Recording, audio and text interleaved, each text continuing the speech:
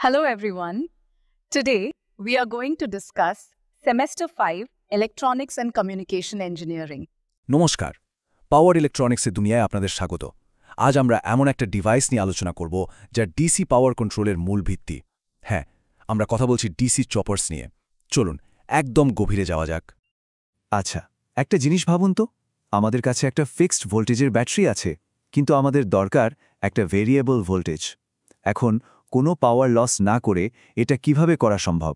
এই প্রশ্নটা দিয়েই শুরু হচ্ছে আমাদের আজকের আলোচনা। চপারকে বুঝতে গেলে চলুন একটা দারুণ জিনিস ভাবা যাক। ধরুন আপনার বাড়ির জলের কল, কিন্তু এটা বিদ্যুতের জন্য।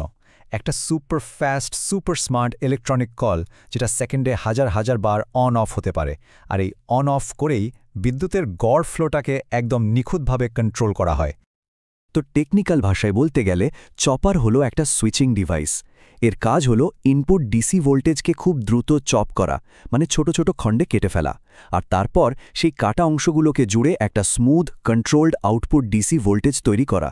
সোজা কথায় এটা একটা ডিসি ট্রান্সফরমারের মতো কাজ করে। আজ আমরা কি দেখব তার একটা ছোট্ট ঝলক। প্রথমে বুঝব চপার কি, তারপর দেখব এর পাওয়ার ফ্লো কিভাবে কন্ট্রোল হয়। এরপর আমরা চপার ফ্যামিলির সাথে পরিচিত হব, দেখব বাস্তব জীবনে এর ব্যবহার কোথায়, আর সব শেষে জানব এর পাওয়ার বাড়ানোর উপায়। চলুন তাহলে আমাদের প্রথম পর্ব শুরু করা যাক। এখানে আমরা একেবারে বেসিক চপার মানে টাইপ এ বা স্টেপ ডাউন চপার কিভাবে কাজ করে সেটা বুঝে নেব। দেখুন, ব্যাপারটা খুব সহজ। যখন সুইচটা অন থাকে তখন সোর্স থেকে কারেন্ট ইন্ডাক্টর আর লোডের মধ্যে দিয়ে যায়, আর ইন্ডাক্টরটা তখন এনার্জি স্টোর করে একটা ম্যাগনেটিক ফিল্ড হিসেবে। এবার যে মুহূর্তে সুইচটা অফ করা হলো, ইন্ডাক্টর তার জমানোর শক্তিটা ছেড়ে দিতে চাইবে।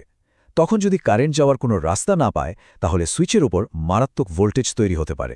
ঠিক এখানেই কাজে আসে ফ্রি হুইলিং ডায়োড। ও তখন কারেন্টকে লোডের মধ্যে দিয়ে যাওয়ার জন্য একটা সেফ প্যাসেজ তৈরি করে দেয়। এখন এই ব্যাপারটা কিন্তু দারুণ ইন্টারেস্টিং।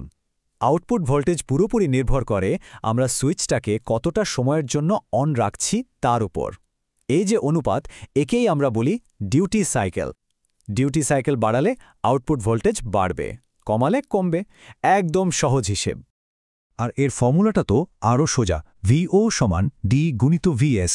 মনে রাখার জন্য একটা সহজ উপায় বলি, ভোল্টেজ আউটপুটটা ডিউটি সাইকেল দিয়ে ভোল্টেজ সোর্সকে গুণ করো, ব্যাস, একদম সিম্পল। খুব ভালো প্রশ্ন, আর এই প্রশ্নটাই কিন্তু আমাদের পরের টপিকে নিয়ে যাচ্ছে। চপারকে কন্ট্রোল করার টেকনিকগুলো আসলে কি কি? তো চপারের ডিউটি সাইকেল কন্ট্রোল করার জন্য মূলত দুটো পপুলার মেথড আছে। একটা হলো টাইম রেশিও কন্ট্রোল বা টিআরসি, আর অন্যটা কারেন্ট লিমিট কন্ট্রোল বা সিএলসি। ভাবুন তো, বাড়ির একটা সিলিং ফ্যান কন্ট্রোল করছেন। টিআরসি হলো অনেকটা ফ্যানের রেগুলেটরের মতো, যেখানে আমরা সুইচিং ফ্রিকোয়েন্সি ফিক্সড রেখে শুধু অন টাইমটা পাল্টে স্পিড কন্ট্রোল করি। এই পদ্ধতিটাকেই পিডব্লিউএম বা পালস ওয়েট মডুলেশনও বলা হয়। অন্যদিকে সিএলসি হলো এমন একটা ব্যবস্থা যেখানে লোডের কারেন্ট একটা নির্দিষ্ট আপার বা লোয়ার লিমিটে পৌঁছালেই চপার অন বা অফ হয়। ইন্ডাস্ট্রিতে কিন্তু টিআরসির ব্যবহারই বেশি, কারণ এটা অনেক বেশি স্টেবল আউটপুট দেয়। একদম ঠিক। টাইম রেশিও কন্ট্রোল বা টিআরসিতে চপিং ফ্রিকোয়েন্সি ফিক্স থাকে, আর এই জন্যই এটা এত জনপ্রিয়। চলুন এবার চপারের বিভিন্ন প্রকারভেদগুলো চিনে নেওয়া যাক। আর এটা বোঝার জন্য আমরা একটা ইলেকট্রিক গাড়ির উদাহরণ নেব। দেখবেন ব্যাপারটা কত সহজে বোঝা যায়। একটা ভোল্টেজ কারেন্ট গ্রাফে মোট 4টে কোয়াড্রেন্ট থাকে। কোয়াড্রেন্ট 1 মানে পজিটিভ ভোল্টেজ আর পজিটিভ কারেন্ট, মানে গাড়িটা সামনের দিকে ছুটছে। কোয়াড্রেন্ট 2 মানে পজিটিভ ভোল্টেজ কিন্তু নেগেটিভ কারেন্ট, মানে গাড়িটা ব্রেক করছে আর সেই শক্তিটা ব্যাটারিতে ফেরত পাঠাচ্ছে। ঠিক একইভাবে কোয়াড্রেন্ট 3 আর 4 হলো গাড়ির রিভার্সে যাওয়া আর ব্রেক করা। এবার আমাদের ইলেকট্রিক গাড়ির উদাহরণে ফিরে আসি। টাইপ এ চপার হলো গাড়ির অ্যাক্সিলারেটর, যেটা শুধু ফার্স্ট কোয়াড্রেন্টে কাজ করে। টাইপ বি হলো রিজেনারেটিভ ব্রেক, যেটা সেকেন্ড কোয়াড্রেন্টে কাজ করে। আর টাইপ সি চপার হলো একটা সাধারণ ইলেকট্রিক গাড়ির মতো, যেটা সামনেও যেতে পারে, আবার ব্রেক করে শক্তি বাঁচিয়েও রাখতে পারে। এরপর আসছে টাইপ ডি চপার, যেটা ফার্স্ট আর ফোর্থ কোয়াড্রেন্টে কাজ করে। আর সবশেষে পরিবারের সবচেয়ে শক্তিশালী সদস্য টাইপ ই চপার।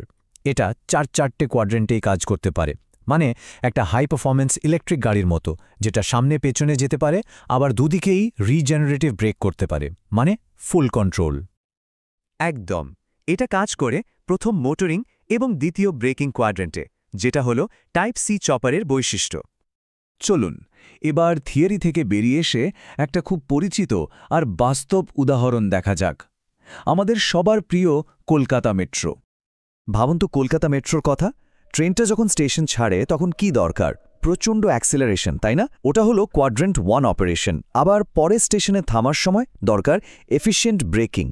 এটা হলো কোয়াড্রেন্ট 2 অপারেশন। আর এখানেই আসল ম্যাজিকটা, মেট্রোর সাধারণ ব্রেক ব্যবহার না করে রিজেনারেটিভ ব্রেকিং ব্যবহার করে। মানে ব্রেক কষার সময় যে শক্তিটা তৈরি হয় সেটা নষ্ট না হয়ে আবার গ্রিডে ফিরে যায়। কি দারুণভাবে শক্তি বাঁচানো হচ্ছে, তাই না? এটা টাইপ সি চপারের একটা পারফেক্ট জ্বলজ্বন্ত উদাহরণ। আমরা এতক্ষণ স্টেপ ডাউন চপার নিয়ে কথা বললাম, কিন্তু যদি আমাদের ইনপুট ভোল্টেজের চেয়েও বেশি ভোল্টেজ দরকার হয় তখন কি হবে? ঠিক এখানেই এন্ট্রি নেয় স্টেপ আপ বা বুস্ট চপার। এর কাজটা হলো টাইপ এর চপারের একদম উল্টো, মানে কম ভোল্টেজ থেকে বেশি ভোল্টেজ তৈরি করা। যেমন ধরুন কোনো ব্যাটারি চালিত সিস্টেমে যদি হঠাৎ করে একটা হাই ভোল্টেজের দরকার পড়ে, সেখানে বুস্ট চপার কাজে লাগে। আর যখন খুব হাই পাওয়ার হ্যান্ডেল করার দরকার পড়ে, তখন একটা চপারের উপর পুরো চাপ না দিয়ে অনেকগুলো চপারকে প্যারালেলি কানেক্ট করা হয়। একেই বলে মাল্টিফেজ চপার। এটা শুধু হাই পাওয়ারই হ্যান্ডেল করে না, আউটপুট কারেন্টের যে ওঠানামা বা রিপল সেটাও অনেক কমিয়ে দেয়, ফলে লোডটাও অনেক ভালো থাকে। তাহলে চলুন আজকের আলোচনাটা একবার ঝালিয়ে নেওয়া যাক। আমরা শিখলাম চপার হলো একটা এফিশিয়েন্ট ডিসি ভোল্টেজ কন্ট্রোলার, যা ভোল্টেজ কমাতে বা বাড়াতে পারে। এর অপারেশনের দিক কোয়াড্রেন্ট দিয়ে বোঝা যায়, মানে মোটরিং হচ্ছে না ব্রেকিং। আর ইলেকট্রিক গাড়ি থেকে মেট্রো রেল, সব আধুনিক প্রযুক্তির পেছনেই এর হাত রয়েছে। দেখুন, চপারের এই কনসেপ্টটা শুধু বইয়ের পাতায় আটকে নেই। এটাই হলো সেই টেকনোলজি যা আমাদের চারপাশের বিশ্বকে চালাচ্ছে।